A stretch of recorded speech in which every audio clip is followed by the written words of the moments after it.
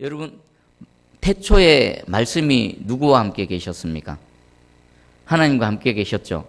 그 하나님과 함께 계신 말씀이 또한 누구십니까? 하나님이시죠. 말씀이 선포되어질 때에 또 누가 함께 운행하셨습니까? 성령 하나님이 함께 운행하셨죠. 그 삼위일체 하나님의 사역은 태초에 창조 사역 때만 있었을까요? 지금은요? 지금도 동일합니다. 하나님을 찾는 백성들 앞에 말씀이 선포되어질 때에 그 말씀과 함께 하나님이 계셨고, 그 말씀 또 하나님과 함께 계신 말씀이 또 하나님이시오. 말씀이 선포되어질 때 성령 하나님이 운행하시면서 역시나 동일한 창조의 사역을 함께 펼쳐가시는 줄 믿습니다. 여러분, 그 놀라운 자리에 와 계심을 깨달으시기 바랍니다. 자, 오늘 이사야서 4장을 보겠습니다. 자, 이사야서 3장하고 4장은 좀 연결이 되는데 3장 13절부터 26절까지 보면 그 하나님 앞에 범죄한 남유다에 대한 하나님의 그 징계와 또 형벌에 대한 예언입니다. 그런데 제가 이렇게 쭉 보면서 왜 이 성경을 이렇게 장과 절을 나눌 때에 왜 4장 1절을 3장으로 붙이지 않고 지금 4장 1절로 했을까? 여러분 한번 봐보십시오. 2절부터 6절까지는 회복에 대한 말씀입니다. 그런데 4장 1절은 역시나 징계에 대한 말씀입니다. 그러면 논리적으로 우리가 생각할 때 그냥 징계는 징계대로 4장 1절까지를 3장으로 붙여버리고 4장 2절부터를 처음 4장 시작하는 것으로 생각할 수 그렇게 또 구분할 수 있지 않습니까? 그런데 성경은 그렇게 구분하지 않습니다. 왜 그렇게 했을까를 한번 생각을 해봤습니다. 자, 하나님의 징계는 그렇구나. 여기 4장 1절에 그날 있고요. 4장 2절에 그날이 있습니다. 이 그날은 동일한 날입니다. 그런데 4장 1절의 그날은 내용이 역시나 징계에 대한 것이고 4장 2절의 그날은요. 똑같은 날인데 회복의 날입니다. 이게 무엇을 뜻할까요? 여호와의 징계는요. 그것이 징계로 끝나는 것이 아니라 동시에 무엇도 시작되는 것을 알 수 있습니까? 회복도 시작됩니다. 이사야서를 지금 이제 몇 장 안 봤지만 계속 반복되는 패턴이 있습니다. 하나님은 그 범죄한 하나님 백성들을 향해서 진노하심과 함께 또 재앙을 내리실 것을 선포합니다. 그리고 동시에 곧바로 회복을 계속 말씀하십니다. 오늘 4장도 같은 패턴으로 우리에게 말씀하십니다. 그럼 이것은 우리에게 어떤 의미겠습니까? 이 날은요, 하나님의 날, 심판의 날은요, 마치 동전의 양면과 같이 심판과 동시에 회복이 시작되어진다라는 것입니다. 한번 우리 4장 2절을 한번 읽어보겠습니다. 시작. 그날에 여호와의 싹이 아름답고 영화로울 것이요 그 땅의 소산은 이스라엘의 피난한 자를 위하여 영화롭고 아름다울 것이며. 아멘. 똑같은 그날인데 이 날이 어떤 날이라고요? 4장 1절을 보니까 그 위에 전쟁에 의해서 모든 장정들이 다 죽었습니다. 7 여자가 한 남자를 붙잡는다는 것은 무슨 의미겠습니까? 이 7 여자들의 그 상황은 어떤 상황일까요? 남정네들이 다 죽고 그 사회에는 여자밖에 없습니다. 과부들밖에 안 남았습니다. 그래서 한 남자를 붙들고 7 여자가 이 수치를 좀 면하게 해달라. 지금 그런 절박하고 비참한 상황에 놓여 있습니다. 그런데 똑같은 그날이 2절에서는요. 여호와의 싹이 아름답고 영화로울 것이고 그 땅의 소산은 이스라엘의 피난한 자를 위하여 영화롭고 아름다울 것이라. 새로운 회복을 말씀하고 계십니다. 자, 이것은요. 저와 여러분들이 얼마나 은혜가 되는 말씀인지 모릅니다. 우리가 하나님 앞에 살다가 우리 또 부지불식간에 여호와 앞에 범죄할 수 있습니다. 또 연약해서 넘어질 수 있습니다. 그런 우리를 하나님은 징계하십니다. 그냥 안 내버려 두십니다. 그 자식을 아비가 징계함 같이 그의 백성이 잘못했을 때 바른 길로 돌이키기 위해서 하나님께서는 재앙을 내리십니다. 그런데 그 재앙이 곧 뭐라고요? 내가 하나님 앞에 한 대 맞는 그 순간이 내가 회복되는 날이라는 것입니다. 그 재앙으로 진노로 끝나는 것이 아니라 하나님께서는 그 진노를 통해서 우리에게 새로운 회복의 날을 허락하신다는 것입니다. 자, 그럼 이렇게 생각할 수 있습니다. 여러분이 하나님의 은혜 가운데 있으십니까? 그러면 감사하시기 바랍니다. 또 반대로 여러분들이 뭔가 하나님 앞에 부족하고 또 여호와 하나님 앞에 범죄해서 하나님 징계의 막대기 아래에 있습니까? 그때는 어떻게 할까요? 더 감사하시기 바랍니다. 그것이 그냥 징계로 하나님이 나를 때리시네가 아니라 그것을 통해 새로운 회복이 시작되어진다는 것입니다. 그러면 하나님의 백성이 아닌 사람들에게 하나님의 진노는 뭘까요? 심판은? 그냥 심판 그 자체입니다. 그러나 하나님의 백성, 하나님의 자녀인 저와 여러분들에게는 하나님의 징계의 막대기마저도 우리에게는 새로운 회복을 시작하신다는 것입니다. 그러면 내가 형통할 때도 감사하고 또 내가 힘들고 고난 가운데 있을 때도 여러 가지 어려움 가운데 있을 때도 역시는 어떻습니까? 내게는 아픔인 것 같지만 하나님 그것을 통해 새로운 회복을 지금 시작하고 계시다라는 것입니다. 여러분 욥을 잘 아시지요? 욥은 당대 어렵고 완전한 자였습니다. 그런데 하나님께서는 그를 사단의 손에 내줬습니다.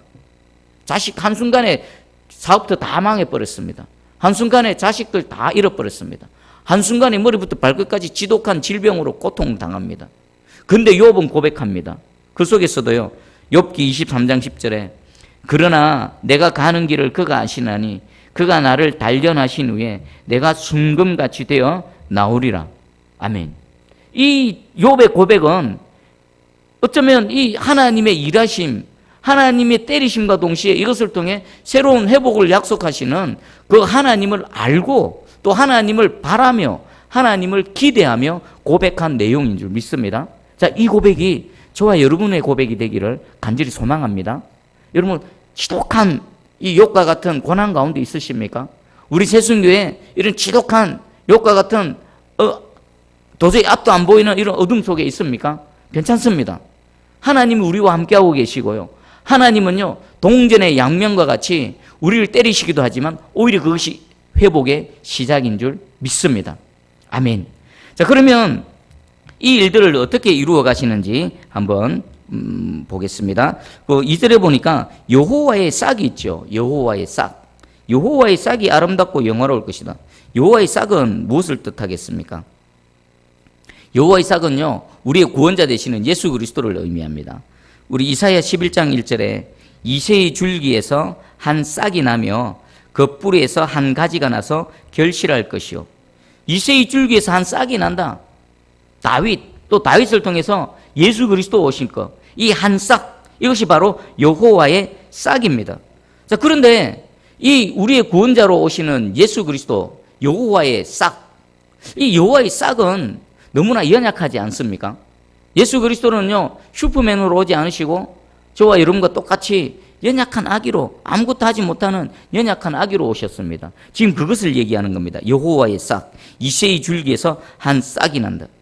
그러면 왜 싹으로 오셨을까요? 우리를 구원하시기 위해서는 강한 자로 오셔야 되지 않습니까? 힘이 강해서 우리를 건져내시고 우리를 구원해내시고 대적들을 물리치시고 이렇게 오셔야 되지 않습니까? 그런데 예수 그리스도는 그렇게 오지 않으셨습니다. 여호와의 싹, 연약한 싹으로 오셨습니다.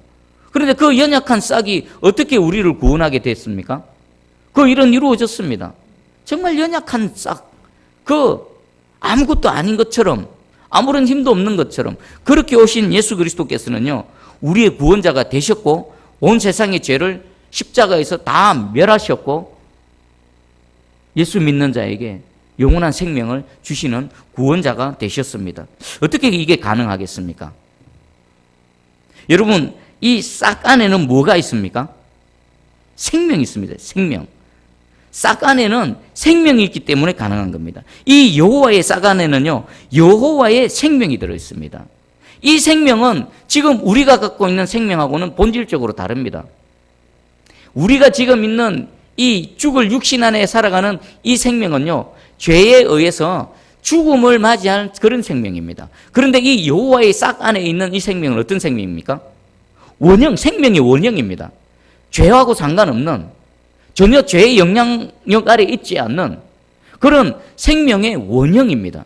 그래서 이 싹 안에 생명의 원형이 있었기 때문에 비록 연약한 것 같지만 그 생명이 자라나서 죽음을 이긴 겁니다. 여호와의 싹 안에는요 죽음을 이기는 하나님의 생명이 들어있다는 것입니다. 그래서 이 여호와의 싹이 이 구원자가 되시고요 우리에게 구원을 베풀어 주신다는 것입니다. 여러분 여호와의 싹 하니까 싹 하면은 뭐가 떠오르십니까? 싹 하니까 새순이 떠오르지 않습니까? 싹, 새순. 오, 우리 새순교회네. 새순교회네. 여호와의 이 싹 안에, 우리 새순교회 안에 여호와의 생명이 있는 줄 깨달으시고 믿으시기 바랍니다. 지금 뭐 아무것도 아닌 것 같고 이 보잘것없고 싹 한번 보십시오. 그 손으로 한번 문대버리면 그냥 죽을 것 같은, 그냥 없어질 것 같은 그 싹이 장차 어떻게 됩니까? 자라나서 가지가 되고 꽃이 피고 아름다운 열매를 맺습니다. 그 안에 생명이 있기 때문입니다. 우리 새순교회도 하나님의 이 여호와의 싹 안에 있는 이 생명의 원형이 있는 줄 믿습니다.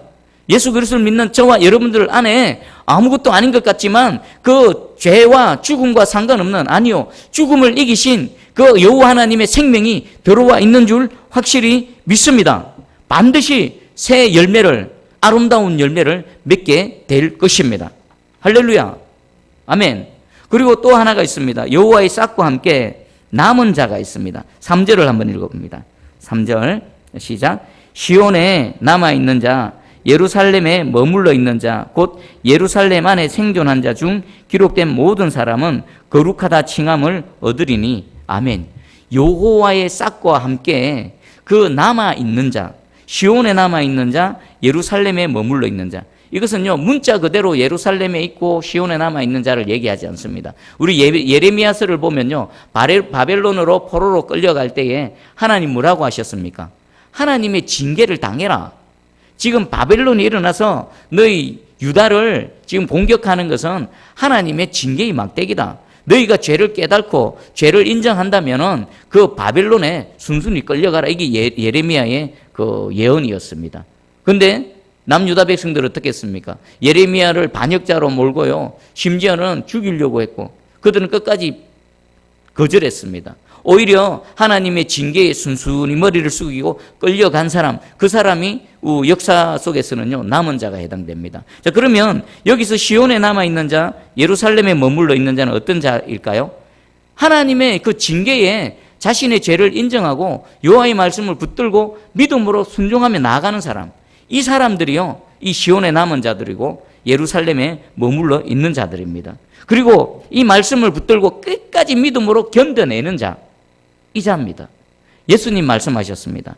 마태복음 10장 22절에 또 너희가 내 이름으로 말미암아 모든 사람에게 미움을 받을 것이나 끝까지 견디는 자는 구원을 얻으리라. 끝까지 견디는 겁니다.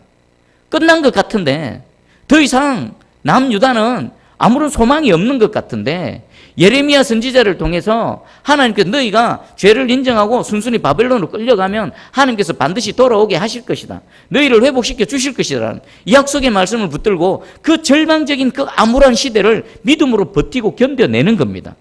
이 사람들이 남은 자들이고요, 이 사람들을 통해서 하나님께서는 새 일을 행해 나가신다는 것입니다.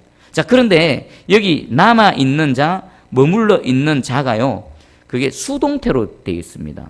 우리 한글 번역에로는 내가 남아있고 내가 머물러 있는 능동으로 번역되어 있지만 원래로는요, 수동태입니다. 여러분, 수동태가 뭡니까? 수동태의 의미를 살리면 남아있는 자가 아니고 남겨진 자입니다. 머물러 있는 자가 아니로 머물러 있도록 하나님께서 붙들어 주신 자가 이들입니다. 그럼 이게 어떤 의미일까요? 어떻게 우리가 받아들여야 되겠습니까? 이것은요, 인간편에서는 이런 겁니다. 인간편에서는 하나님을 믿는 믿음으로 하나님의 약속의 말씀을 붙들고 끝까지 견디는 것, 이게 우리 인간편에서입니다. 그럼 하나님의 편에서는요, 끝까지 견딜 수 있도록 믿음을 부어주시는 겁니다.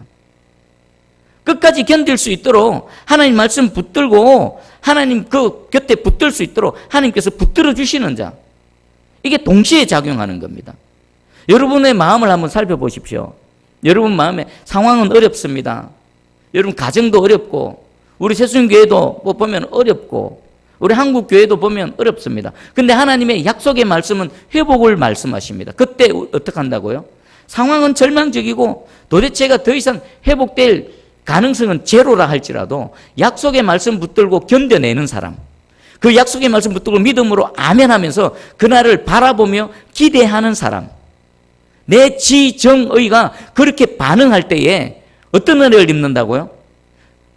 내 편에서는 능동으로 그 하나님 말씀을 붙들고 가지만 하나님의 편에서는 수동으로 그 은혜를 부어주고 계시다라는 것입니다. 여러분들의 마음을 살펴보십시오. 내면을 들여다보십시오. 우리 새순교에서 매일같이 하나님께 나와서 말씀 붙들고 기도하고 전도도 하고 지금 여러분들의 가정에 구원의 회복을 위해서 기도하고 있습니다. 상황은 어떻습니까? 절망적이지 않습니까? 해도 뭐가 되어지는 거 안 같습니다. 눈에 보이는 거 없습니다. 내가 기도하는 내 남편, 내 자녀들 뭐가 되어지는 것 같지 않습니다. 그럼에도 불구하고요, 하나님 하시면 됩니다. 하나님께서 역사하시면 됩니다. 하나님 꿈에라도 한번 역사하여 주시옵소서. 포기하지 않고 끝까지 붙들고 있는 이 사람이 바로요, 하나님 앞에 남아있는 자고요, 하나님 앞에 머물러 있는 자입니다. 여러분들, 지금 이 자리에 나와 있는 여러분들이 바로 여기에 해당됩니다. 하나님은 절대로 내버려 두지 않으십니다. 하나님은 끝까지 여러분들을 붙드시고요, 반드시 여러분들의 믿음대로 역사하실 줄 믿습니다. 그러면 이 남아있는 자들, 머물러 있는 자들에게 어떤 은혜를 베푸시는지 한번 보겠습니다. 4절을 한번 읽어봅니다. 4절 시작. 이는 주께서 심판하는 영과 소멸하는 영으로 시온의 딸들의 더러움을 씻기시며 예루살렘의 피를 그 중에서 청결하게 하실 때가 됨이라. 아멘. 심판하는 영, 소멸하는 영으로 뭐 합니까? 이것은 심판하는 영, 소멸하는 영, 그 불태우는 영입니다. 불로서 태우는 겁니다. 뭘 태웁니까? 우리의 모든 더러운 것들을 태우는 겁니다. 우리의 모든 더러운 것들을 털어내시는 겁니다. 뭐 하는 겁니까? 거룩하게 만드는 겁니다. 우리를 더 정결하게 만들어 가신다는 것입니다. 이것은 하나님께서 회초리를 드시고 심판하실 때에 곧바로 일어나는 바로 그 현상입니다. 하나님이 때리실 때에 내가 맞고 아야하고 아픈 것이 아니라 그것을 통해 우리 몸에, 우리의 영혼에 붙어 있는 모든 더러운 것들이 떨어져 나가기 시작하는 겁니다. 그래서 정결케 되고요, 하나님 앞에 서기에 합당한 거룩한 존재로 새로움을 입게 되어지는 겁니다. 여러분들, 하나님 징계 앞에 너무 가슴 아파하지 마십시오. 하나님의 징계 앞에 너무 절망하지 마십시오. 그 징계의 막대기 하나하나 하나님의 진노의 손길이 우리를 거룩하게, 우리를 정결하게 만들어 가시는 줄 믿습니다. 두 번째 은혜입니다. 5절 6절을 읽어봅니다. 시작. 여호와께서 거하시는 온 시온산과 모든 지폐 위에 낮이면 구름과 연기, 밤이면 화염의 빛을 만드시고 그 모든 영광 위에 덮개를 두시며 또 초막이 있어서 낮에는 더위를 피하는 그늘을 지으며 또 풍우를 피하여 숨는 곳이 되리라. 아멘. 5절 6절을 한마디로 말하면 뭡니까? 낮이면 구름과 연기, 밤이면 화염빛을 만드시고, 마치 무엇이 떠올랐습니까?